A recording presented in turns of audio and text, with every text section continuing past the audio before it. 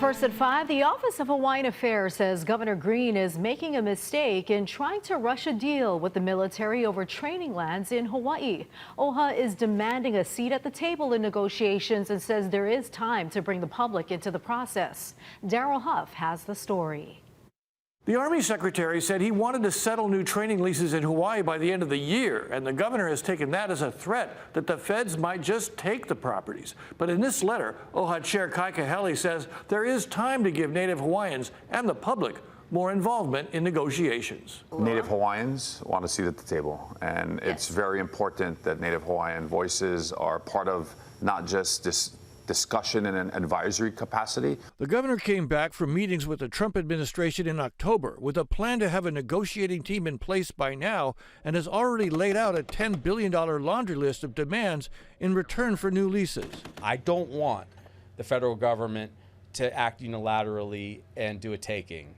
I don't want them to condemn our lands. I want them to go through the regular process, but I have heard from them directly that they intend to take the opportunity because of national security concerns. Why do you think that this can be slowed down?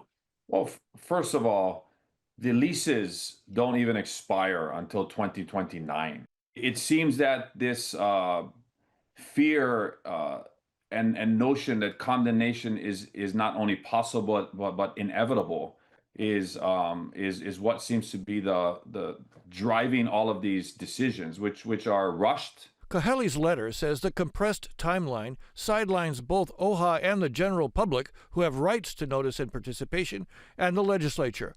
Kahele also points out that the U.S. Senate has already drafted a negotiating process that would last until 2031.